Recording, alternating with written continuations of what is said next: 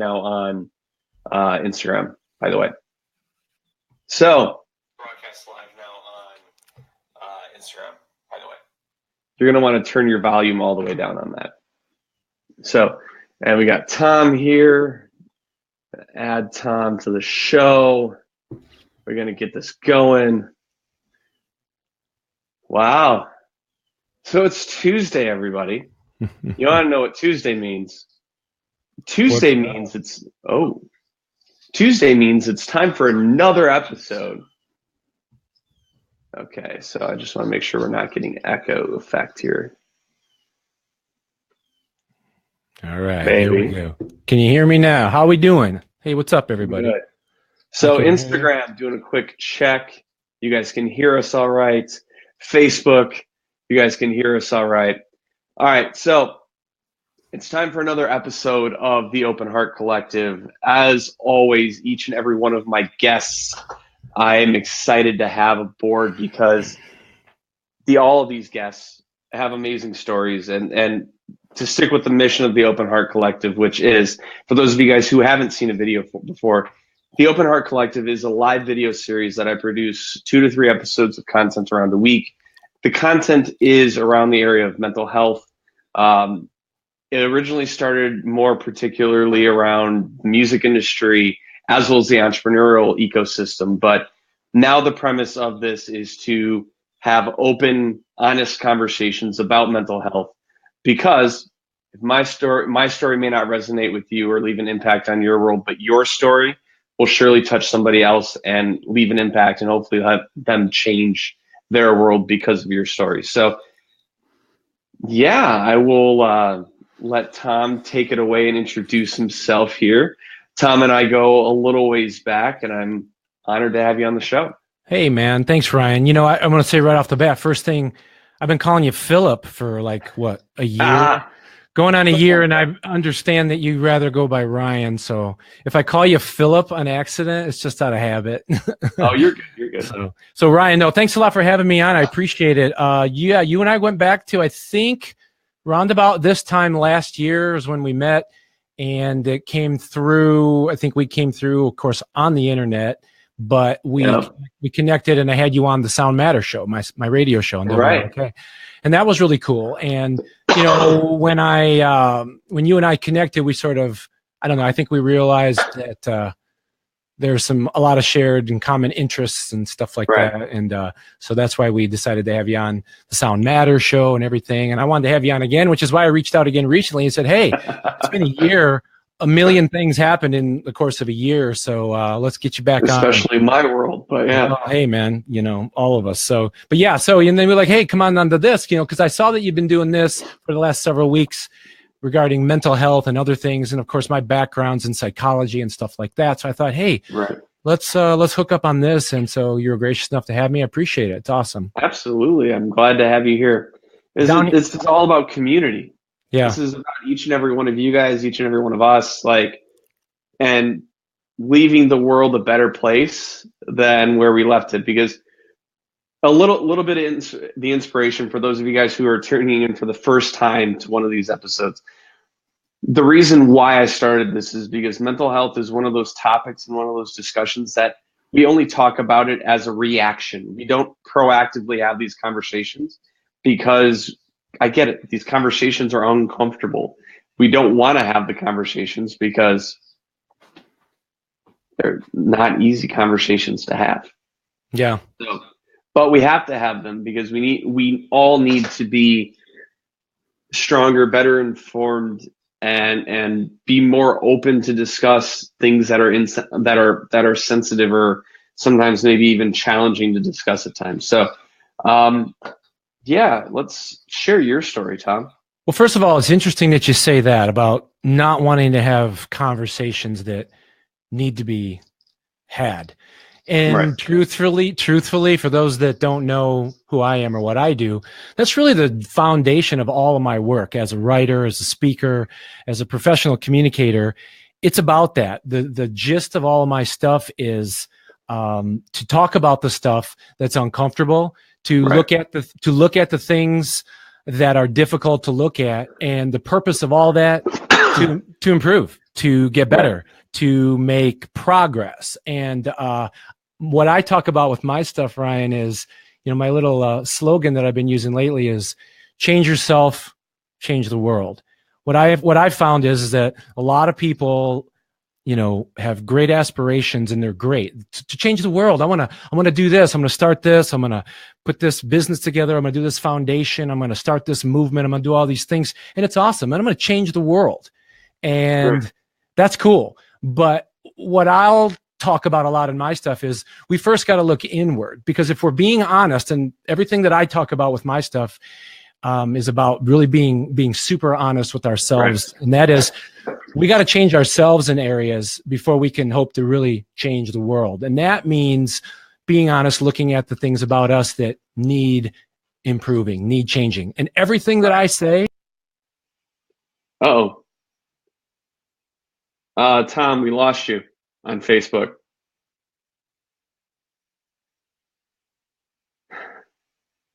Sorry, everybody. A little bit of technical difficulties here. There we go. We're back. Am I back?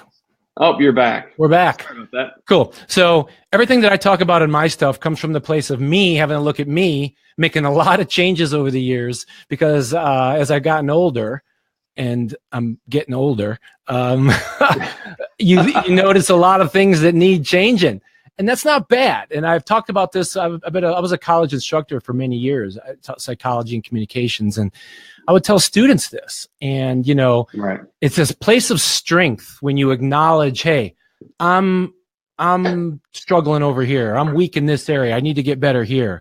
When you start to talk about that and then do things about it, that's when you really are strong, not weak. And it's counterintuitive to a lot of people. Well, and it's counterintuitive because it's not how we were taught growing up. No, we weren't. And again, I don't want to stereotype men and women, but a lot of us guys, I'm going to keep it about men because that's what I know, especially are told and taught, be strong. You don't talk about your feelings. You don't talk about this or that because it's weak and all that. And that's crap, man. That's crap. And I say true strength lies, man or woman, when you start to acknowledge those areas where you've got struggles. And for me personally, you said tell my story. I mean, it's a long story, but one of the main things that I've thrown out there. We've got 53 minutes left. So one of the main things that I throw out there, anybody who knows me knows that I'm a person in long-term recovery. So you talk about changes. For me, it involves alcohol.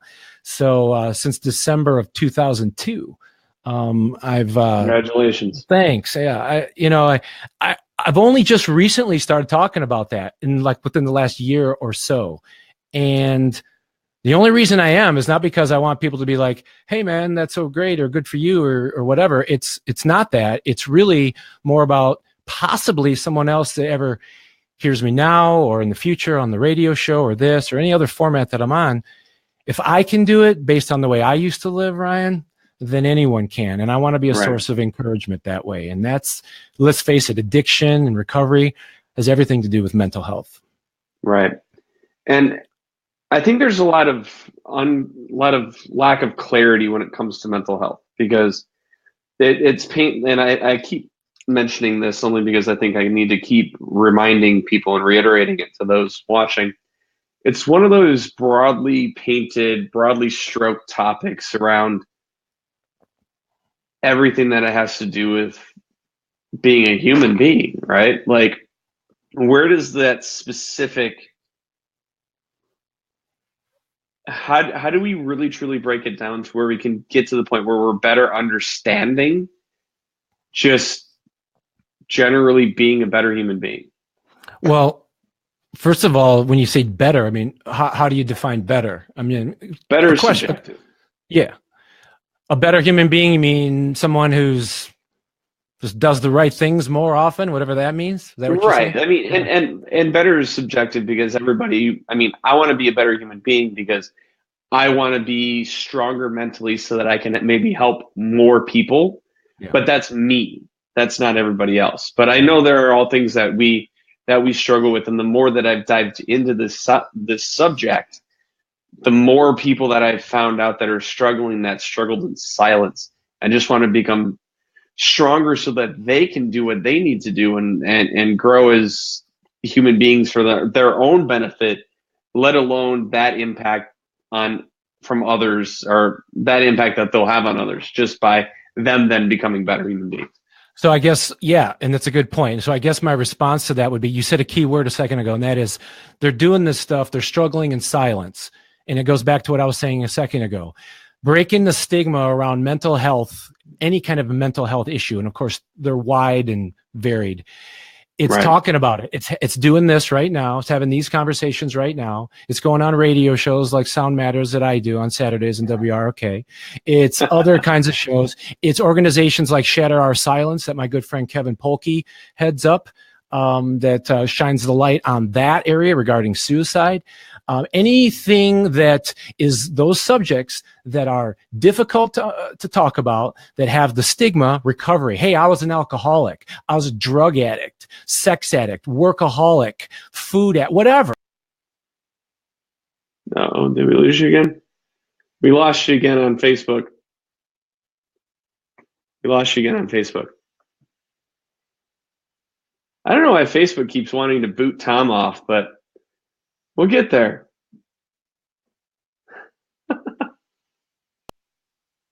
Almost back.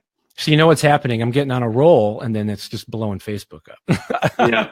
No, so it's not remaining silent, stigma or not. And you know, the biggest stigma about a lot of mental health issues is the fact that people do suffer in silence. And only until people have the courage and others around them support them coming forward and talking about it and being brave that way and reaching out for help and saying, hey, I don't know what to do, or I need help. I need to go to a 12-step group or a support group, or just talk to somebody. That's when we get to the point where we start to becoming better. We get better, as you say. And so that's kind of my take on it, is that silence and blowing that up. That's why I'm on this right now with you, right here, right now. Right. So Ed left a comment. By the way, to everybody who's watching on the various platforms, this is being duly broadcast on Instagram as well as here on Facebook. So Instagram, the video will live for the next 24 hours. On Facebook, this video will live in perpetuity, as well as will be transitioned onto my YouTube channel as well by the end of the week. So Ed left a comment here on Facebook. It's Big Jim.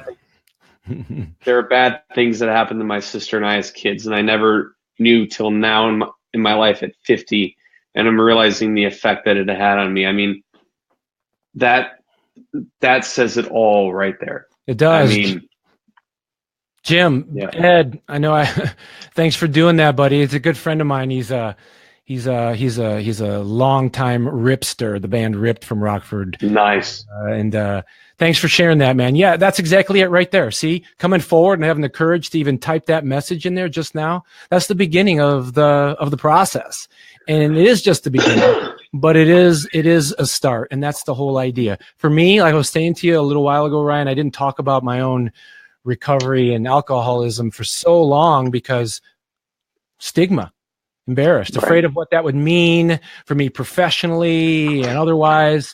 But, you know, I had to get over that. And it took me a number of years, but here I am talking about it now on an open forum. And so there's a freedom that comes with that too. So anyone listening, you know, there's a freedom that comes when you come clean on these things and say, hey, you know, I want to grow and get better in this area. And there are resources to help people. That's the beautiful. Well, and that's just the thing.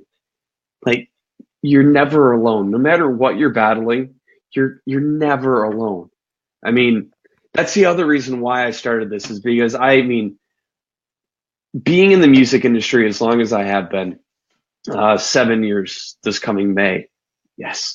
But having grown up being a music fan, like, and I think I got into this with, I don't remember who I was talking, which episode this was, but Chester Bennington. I mean, we all know who Chester Bennington is. Like, because he came into my world as a musician when I was an angsty teenager. Like, his music resonated with me. So when he passed away last year, like, regardless of conspiracy theory or not, the man still lost his life. And it broke me, because it was like, that was the person that I looked up to give me strength.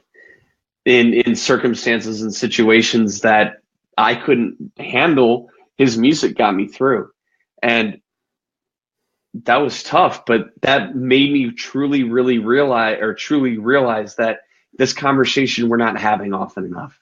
Mm-hmm. And I don't know if it's stigma or if it's lack of courage to talk about. I mean, I don't know what's blocking us other than maybe it's fear. It's fear.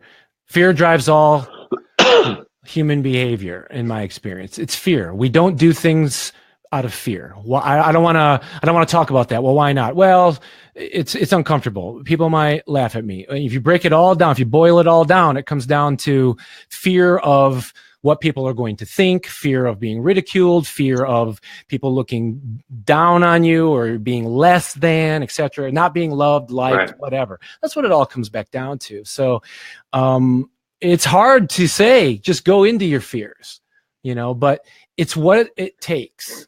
It's what it takes. And that's a great story about Chester, and a few months earlier, unfortunately, a big Chris one Cornell. Chris was a little bit more from my era. I'm a little bit older than you, Ryan, but that hit me like a ton of bricks. Like it hit me too, but only because it wasn't right at that time. Yeah. Where it fell into the Chester B thing fell just right into the time because hybrid theory came out when I was 16. So it was oh, all right. Yeah. Ouch, this hurts. The interesting thing about Chris Cornell was that just 4 days earlier, I was up in northern Wisconsin at a music festival photographing Soundgarden. It was their third to last show. I mean, I was right in front of him. Then I come in to do the morning show at WROK that day, and it's just how the story goes. And I was told by Joe Dredge, the host of the other host of the show, "Hey, did you hear about Chris Cornell?" And we were live on the radio in 5 minutes after that, and that was tough. That was raw, and we don't know what was going on. We don't know fully the whole story, like you say. Conspiracy theories on either one of those guys aside, there was something happening, and they both struggled with depression and all kinds of things for years, addictions for years and years. And for sake of complete and utter transparency, while Tom has an education background in this field, I do not. This is not a field that I come from. I'm only having this conversation because I've struggled with it too. I struggled with depression for a long time. I struggle with anxiety issues and doubt and internal fear, and I was bullied most of my life and all of these things, and it definitely molded me into who I am right now. But it was the moments when I almost didn't come back that make me most poised to be able to lead this type of discussion, because guys, to everybody who is watching this, there was a lot in my life that I didn't want to have to deal with anymore. And I've survived suicide 4 times. Wow. I mean, see, that's pretty brave to even talk about it, But I talk about it because, I know that there are people who are watching this right now, or people who will be watching this at some point in time in the next 24 hours on Instagram that are like, I don't know. And especially we want to put it down to a musician or an entrepreneur, somebody who's trying to build a business, which is the exact kind of reason why I initially started it, because entrepreneurs, especially if they're doing it on their own, they're literally doing it all on their own. They're wearing 27,000 hats. They don't know how to do this. They're trying to live up to other people's expectations, other people's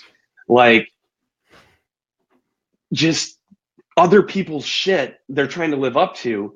And on top of it all, they're trying to build it and not fuck up. Guys, I know what you're going through. I've been there. I'm still battling it. Because I know what it's like to have the entire world against you, not against you, but not believing in what you're doing. Because starting a record label in Rockford, Illinois at the age of 27 with no money and no experience was fucking stupid. Like, and by the way, I curse a lot, so let's just get that out of the way right now, even though we're like 20 minutes into the video. But like,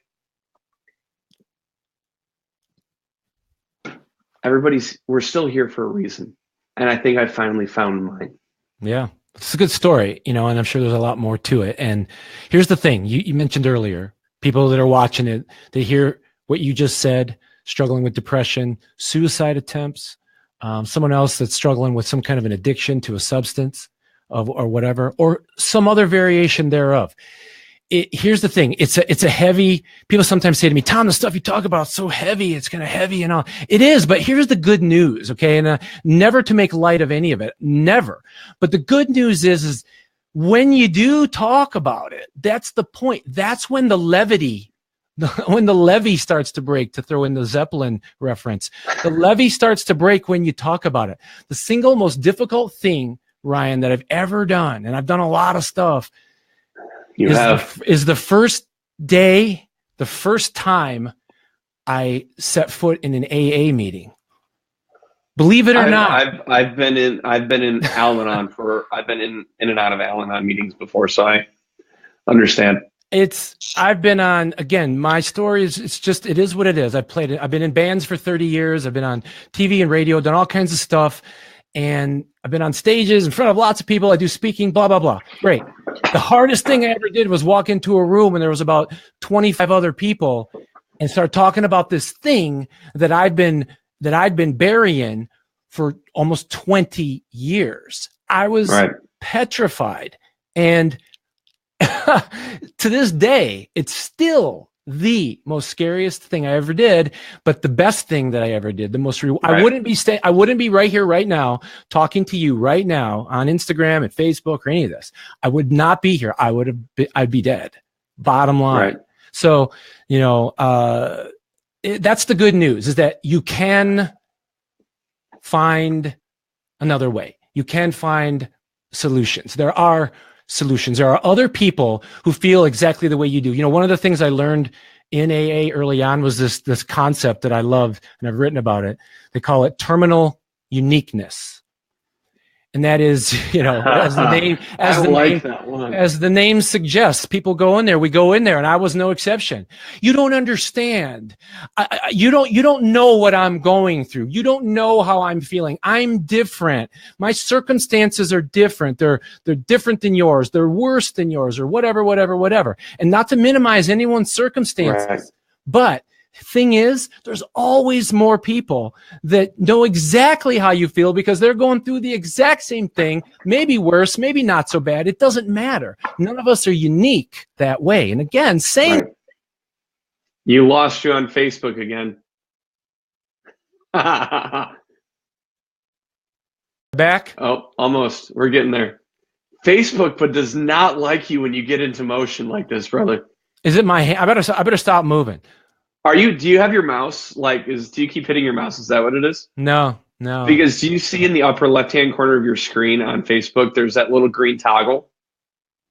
Green toggle. And Facebook or on the... Facebook. Yeah, well... Don't hit that toggle. Yeah, I'm not. I don't know. Maybe it's just like I'm getting too animated. I move too much. Don't come see me talk anywhere live if you don't want to see someone moving. Guys, I'm literally out of your mind. Feet away from. I'm out as far as the headphones attached to my phone will allow me to go. So, because you hit it on the head. I mean, all of these problems exist. There's this new app I started developing, or not developing. I wish this is brilliant. This app I found the other day thanks to an Instagram ad. The app is called Wisdo, WISDO. Download it. In fact, on Instagram, I'm going to screenshot it and put it in one of my next stories after this video. On Facebook, I will actually share a link in the comments of the video, just so that you guys can check it out. I highly recommend you downloading it because it's one of those things that's furthering on kind of the mission of the Open Heart Collective to help and inspire others and move along. All right, so Lots of comments here. Right. To everybody who's watching on Instagram, thank you. I didn't realize I didn't have it like pushed up, so I didn't catch everybody who was coming in, but thank you guys for tuning in. On everybody on Facebook. Wow, Facebook is beating out Instagram tonight. You never know. That's why I broadcasted on both platforms, because I never know from one episode to the next what's going to catch fire and when. So, let's see. Ed, no, Carrie. Carrie's one of my former students at the school. Hey, Carrie, thanks for checking it out. Thanks for the comment. The subject of stigma is becoming even more difficult for some people to ask for help, because due to recent events, there is a stereotype that people with mental health issues are dangerous. That's another reason why we're having this conversation right here, right now, because this is the other time. So we mention it when a loss happens, like Chris Cornell or like Chester Bennington or any of those guys. But that's the other time of day, or the other time that we have reactive based conversations around mental health. And I truly, honestly believe that if we have these conversations more frequently, that we're not going to continue to have these reactionary conversations, nor are we going to have to deal with not being able to go and talk about it because of somebody saying, oh, you can't talk about this. Talk that shit. Yeah, right. Exactly. I agree. You know, what's even more dangerous is not talking about it, like we've been saying, and keeping that stuff buried.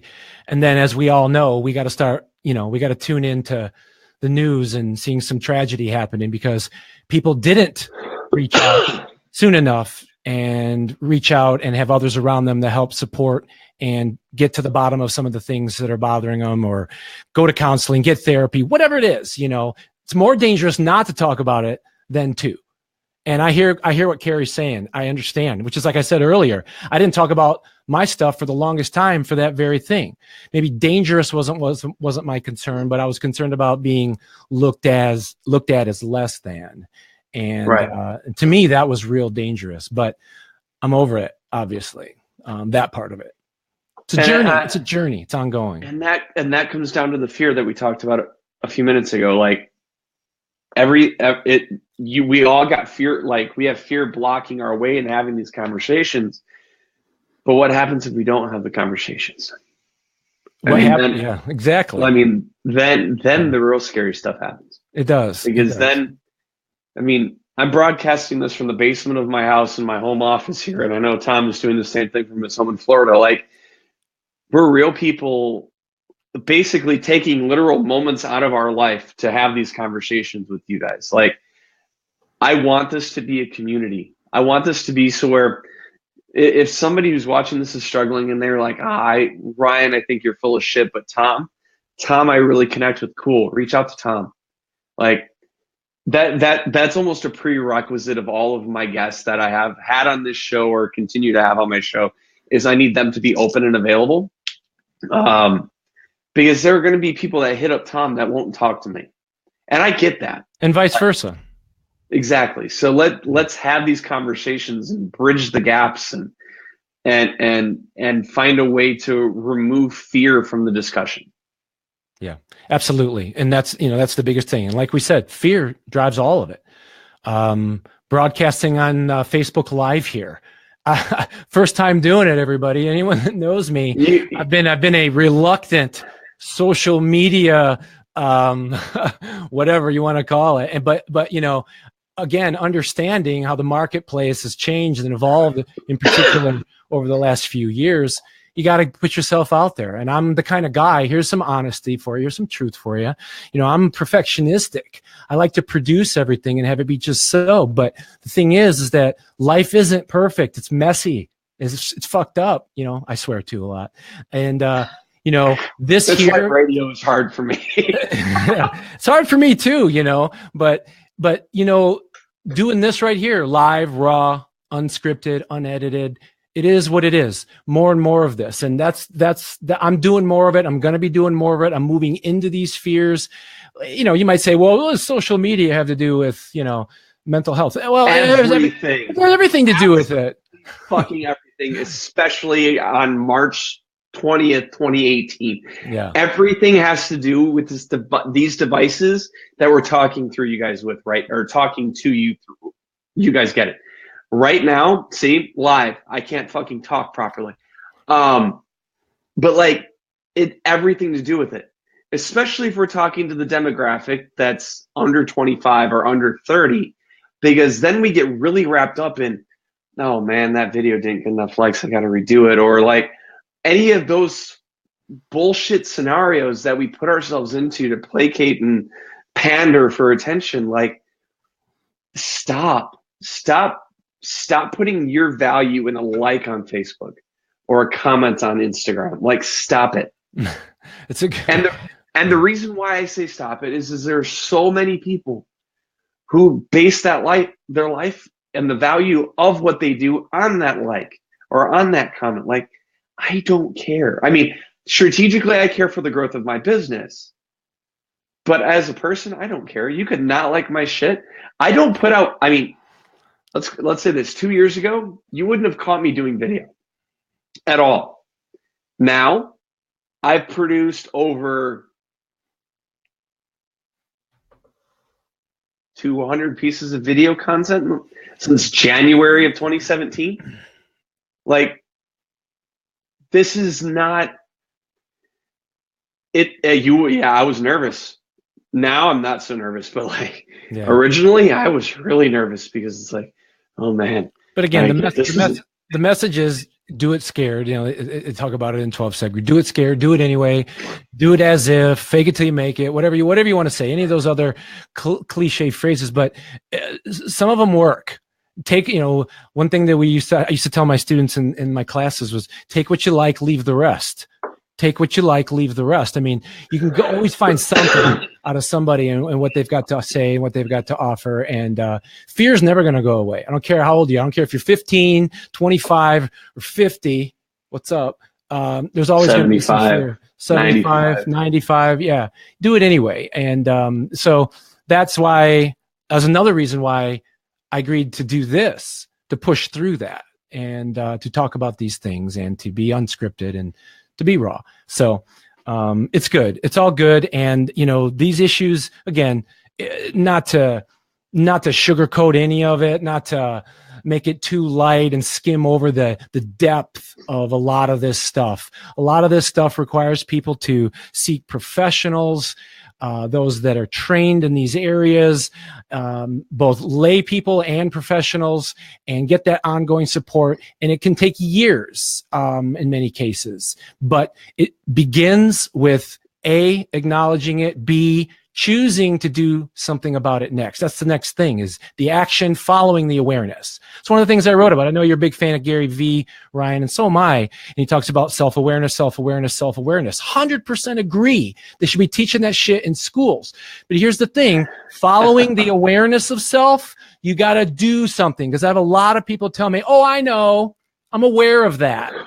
I'm aware of this. I'm aware of that. I know. But then you don't see any evidence of changes or growth or progress being made in the behavior, because while they might be aware, they're not doing anything different. So then the other A word after awareness is action. You got to do something different to affect a different outcome. And that's, again, a lot of the stuff that I talk about in, in my stuff. And so it's really, really important that those that we're talking about this mental health stuff, take a step. I've rarely come across a person, I don't want to say never, because never and always are bad. I've rarely come across a person who's told me, I reached out for help, I confided in someone or a group of people about this really sensitive issue, and I'm sorry that I did.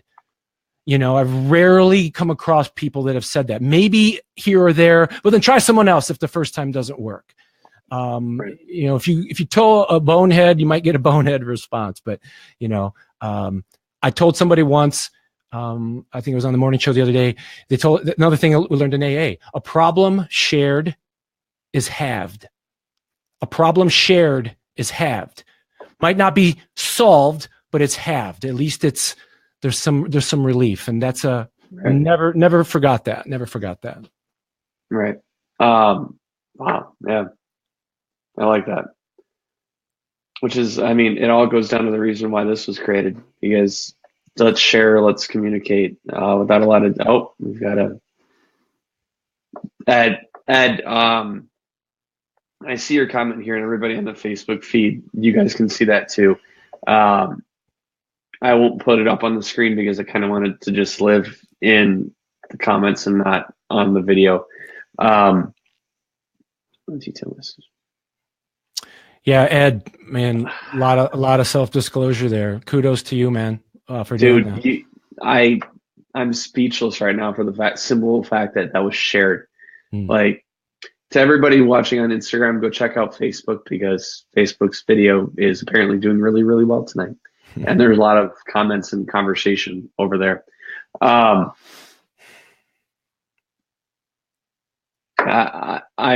speechless. This is, I mean, everybody involved in this video tonight is the epitome of the reason why I began this content series and began this mission to where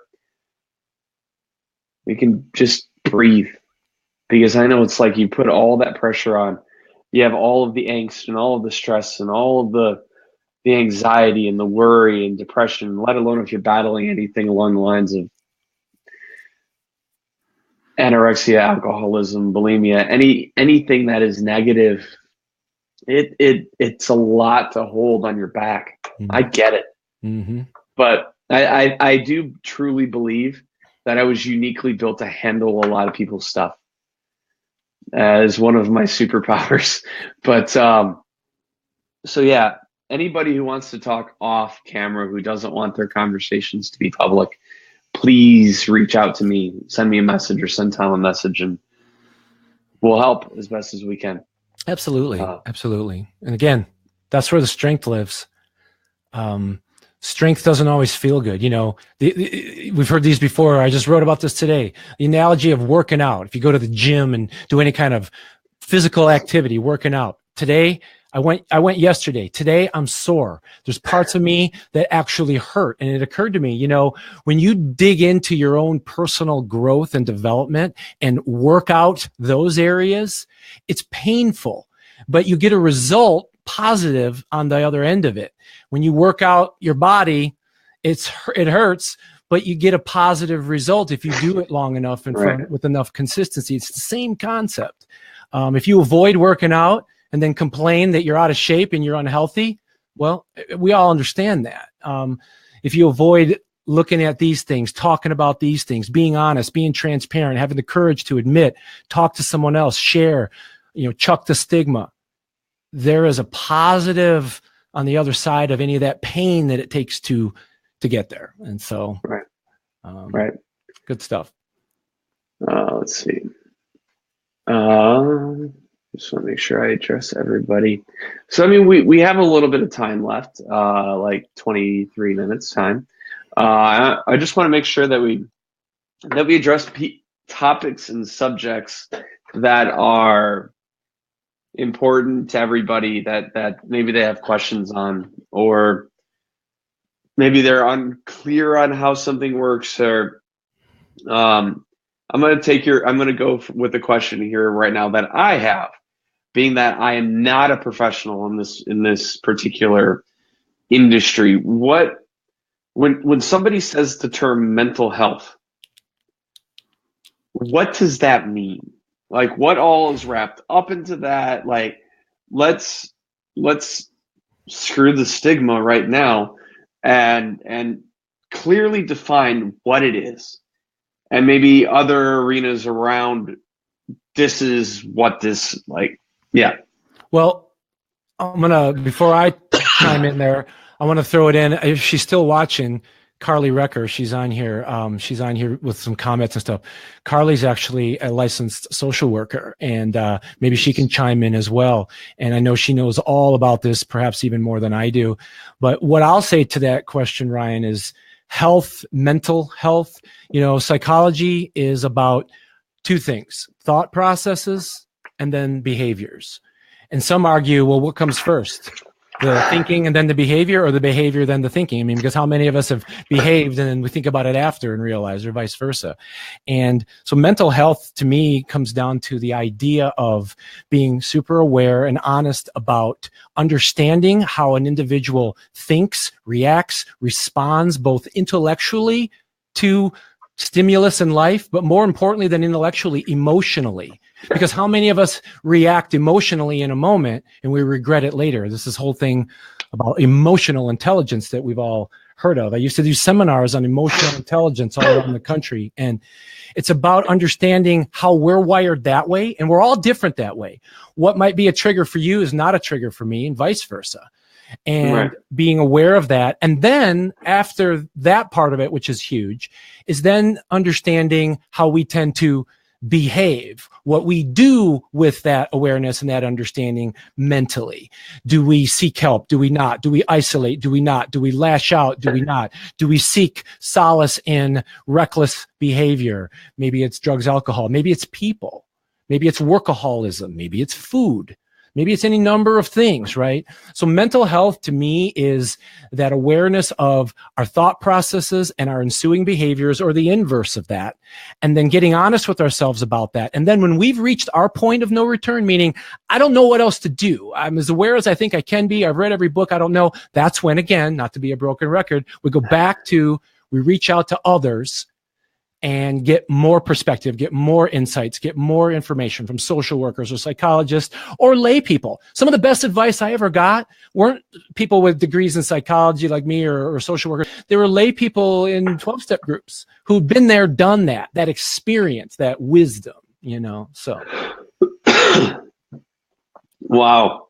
I don't know if that's what you wanted to, but that's what, there's that. No, that was good. I mean, it answered questions, because, I mean, mental illness is again another one of those things where we kind of just throw it to the wall and see if it sticks kind of theory. But that too, but really quick, not to cut you off, but that whole definition has evolved over the years too. When I was a kid, there wasn't such a thing as ADD, ADHD. It was, oh, Tom is hyper. He's rambunctious. As my grandmother used to say, he's a wild Indian. You know, the diagnoses of, quote, mental illnesses have skyrocketed in recent years. And why is that? That's another whole subject. Big pharma, blah, blah, blah. Carrie points out about the physical part of it, the biology. Is there a genetic component? That's certainly not without controversy, you know, and all of that. So that's a big part of it as well. Right. I couldn't agree more. I mean, it's, yeah, for sake of protecting the innocents, I won't go into what I want to go into right now. But one of the big mental health topics that I've come across in my life, in varying capacities, and I know this is just one of the addictive behaviors and addictive tendencies, but I mean, going down into anorexia and bulimia, and where and how that manifests is both an interesting and a terrifying conversation, because I'm noticing that the manifestations of those circumstances happen in younger and younger, and especially if those younger people are genetically predispositioned to be more towards that direction because of their parents. Sure. So point being is, do genetics play a role, and do physiology or the human makeup play a role into how somebody's mental health does that tie in? Absolutely. You're talking about the nature versus nurture debate. Well, I'm talking genetics, and so is there a predisposition to mental health if somebody in your or somebody that came before you has dealt with it? Many, again, it's not without its controversy, but I would say that the majority of mental health professionals out there, at least the ones that I've encountered, would say, yes, there is. Kind of like you can be predisposed to heart conditions if you have a family history. If we've all been to the doctor. Do you have a history of heart disease in your family? Why are they asking that? Because they're asking us about the biology of it. If your mom and your dad and your grandpa and your grandma all had heart disease, there is a likelihood that you perhaps could as well. It's not a guarantee.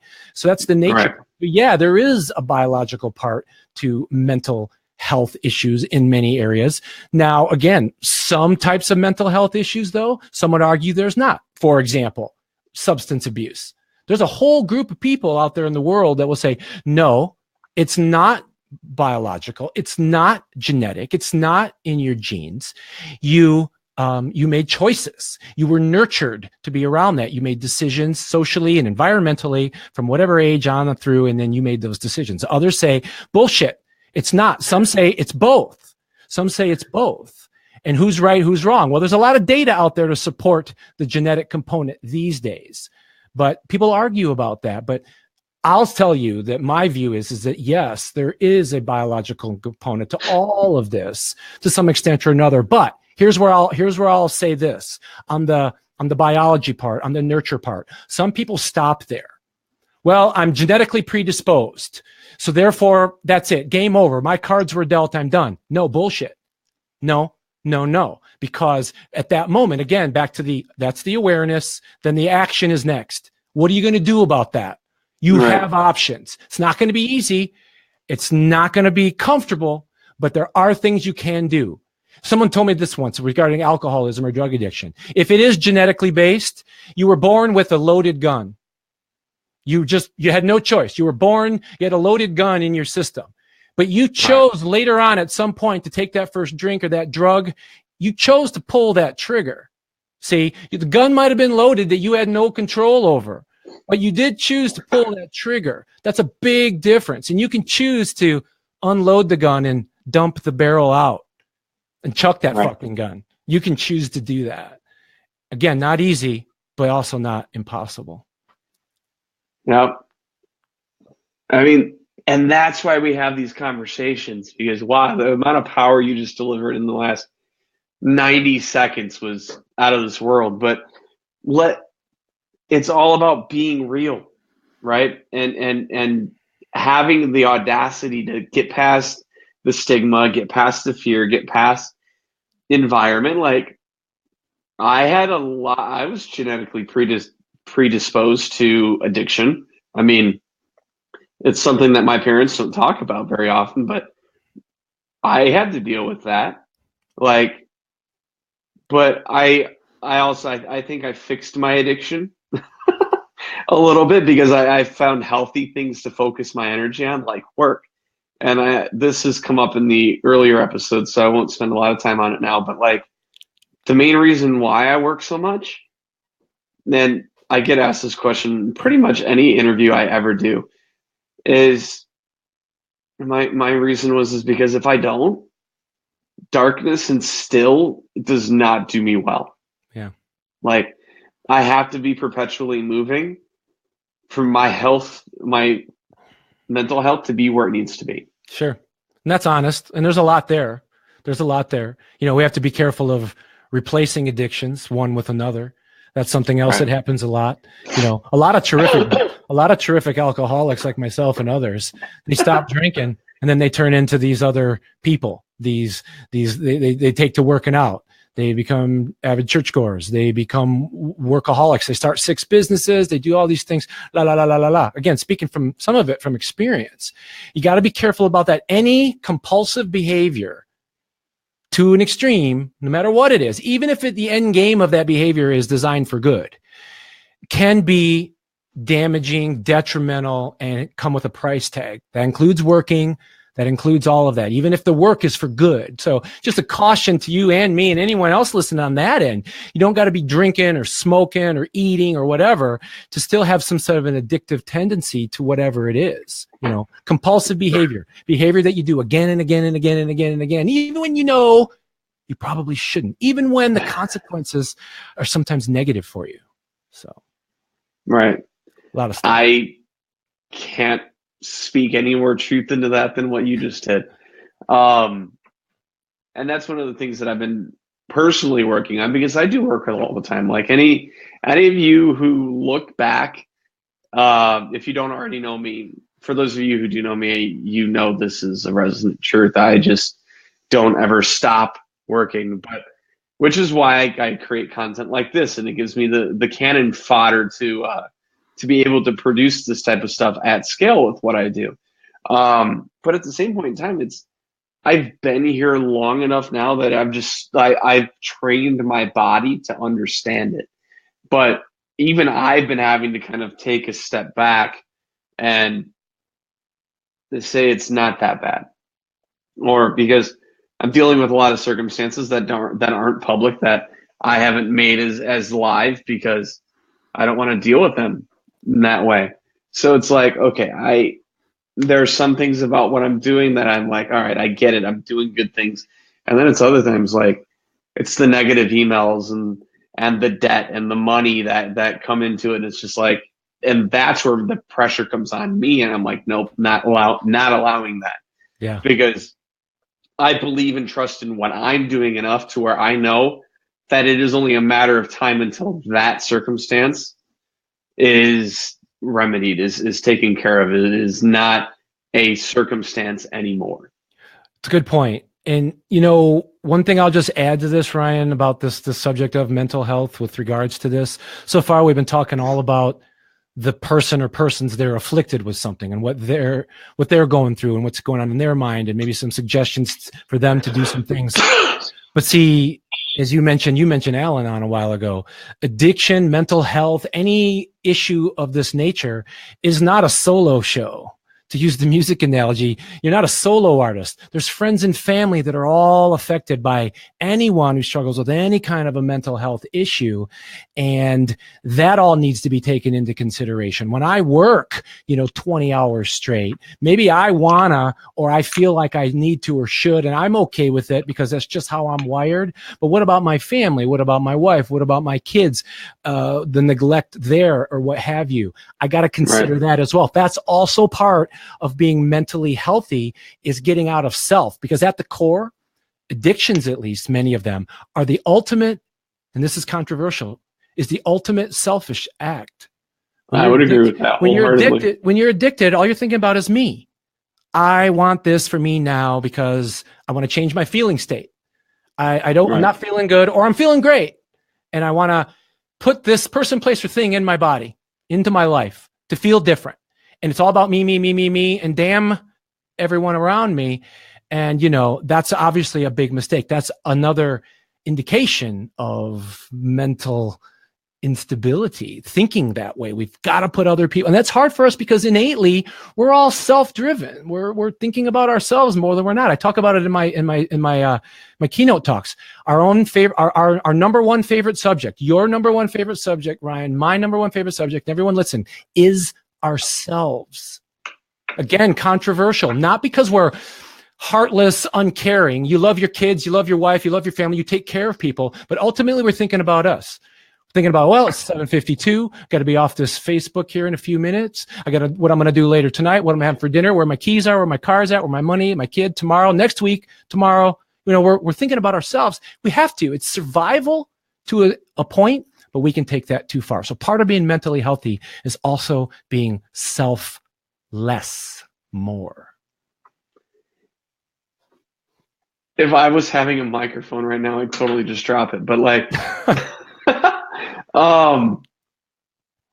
you hit it on the head.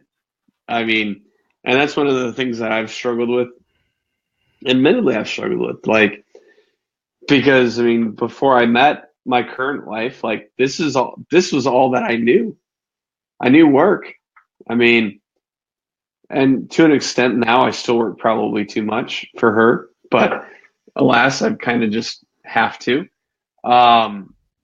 Me too. But it's and I take out time to do this kind of content, but this matters, and this, again, while it fits the vision of what I've developed, this is so far away from me. At least I try to make it that way. Yeah, no, because it's good. You know, you're doing a good thing with this. And again, just to throw this in there as a disclaimer as well, there's always a risk when this conversation happens. You know, if someone like me or you or anyone talks about these things as if we've got all the answers. We don't. Be aware of the person who thinks they have all the answers. Do you know some things? You sure do. Do I know some things? I know some things. Nobody knows all of the things. None of us arrive. I've not arrived. I threw out a date earlier in this broadcast about a sobriety date. Great. But you know what? For me, cliche as it is, it's one day at a time. And I don't take that for granted, because all I know is if I make one behavior modification to the negative in that end or any other end, my whole life will take a completely different skew, a completely different tangent. And I'm one decision away from doing that. So I haven't arrived. I'll never arrive. And if anyone ever says they are or have, beware. Healer, heal thyself, they say. So, right. All right. Awesome, Tom. Thank you again so much for joining. Hope it was good. It was. To those of you all who are watching this, as I mentioned before, this broadcast will live for the next 24 hours on my feed inside of Instagram. So if you're watching this on Facebook or you're watching this on Instagram or come after it later, it'll be available for the next 24 hours there. And will live forever right there on Facebook. And will be uploaded to YouTube by the end of the week. If you do have any direct questions, I'll be monitoring the comments through the remainder of today, and so on. Just so if there's anything that comes up, we're able to quickly address it. Oh, that's a fun noise. Oh, my dog is chiming in. That's Benny. He's saying hi. Say hi, Benny. Hi, Benny. So there, I will have one more guest this week, one more episode this week. It is an early episode. So for all you early risers out there, this is the one that you guys want to catch. I'll be joined by Matt Davis, the founder of Obstacle Course Media, as well as the host of the ATL podcast on Friday morning at 8 a.m. Eastern Standard Time, 7 a.m. Central, 5 a.m. Pacific Time. We've got 3 minutes. Where can the audience who doesn't already know you or hadn't already known you ahead of this episode find you? Yeah, there's a lot of places, but I'm just anymore, Ryan. Just people go to my main website. It's my name, tomleu.com, TOMLEU. Sounds like I got two first names. TOMLEU.com. That's the hub. Links to everything else I do, the radio show and photography and stuff. It's all there. But that's my main site, and my blog is there. And I write about this stuff every single week. I've been writing about it for about 17 years. So there's an archive of stuff. I've done a poor job of promoting it up until now, which is why I want to thank you again for having me on to let me talk about this. But like any other blog or whatever, you can subscribe and get updates when an email when I do send new stuff out there. And very soon coming up, my Talk Shift.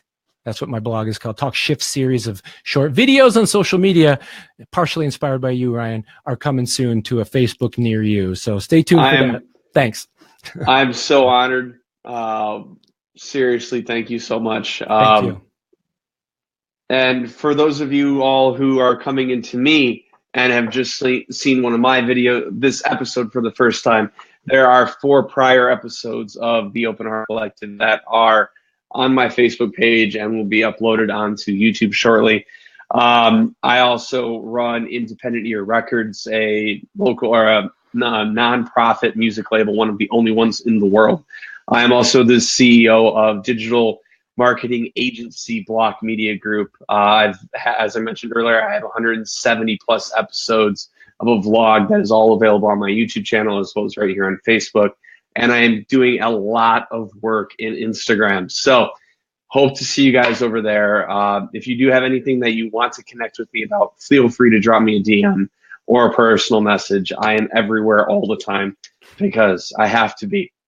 Thank you again to everybody who's watching on Instagram. I'm going to shut your video off now because you're giving me this fancy countdown, and I feel I've got to just beat the countdown. So Facebook, bear with me for 1 second. Thank you to everybody on Instagram who saw this video live, as well as who watches this over the next 24 hours. I appreciate each and every one of you. See you in the next one. Thanks. All right. So bear with me 1 second, Facebook. I'm cataloging. To everybody who was so awesome here on Facebook, because Facebook tonight, you guys were amazing. I so much appreciate all of the interaction, all of the engagement. It made the conversation really flow. And this is exactly why all of these videos are done live, because this is all about everyone in this everyone in this community coming together to help everybody else. So as you just heard, I will be doing another episode on Friday morning. So I look forward to seeing you there. And moving forward, these broadcasts will occur every Tuesday and every Friday at varying times. So make sure to stay tuned to my social for the upcoming dates and times and guests. And Tom, one last massive thank you to you, my friend. Thanks. And we'll see you guys in the next one. Thanks a lot, Ryan. I appreciate it. Thanks, everybody.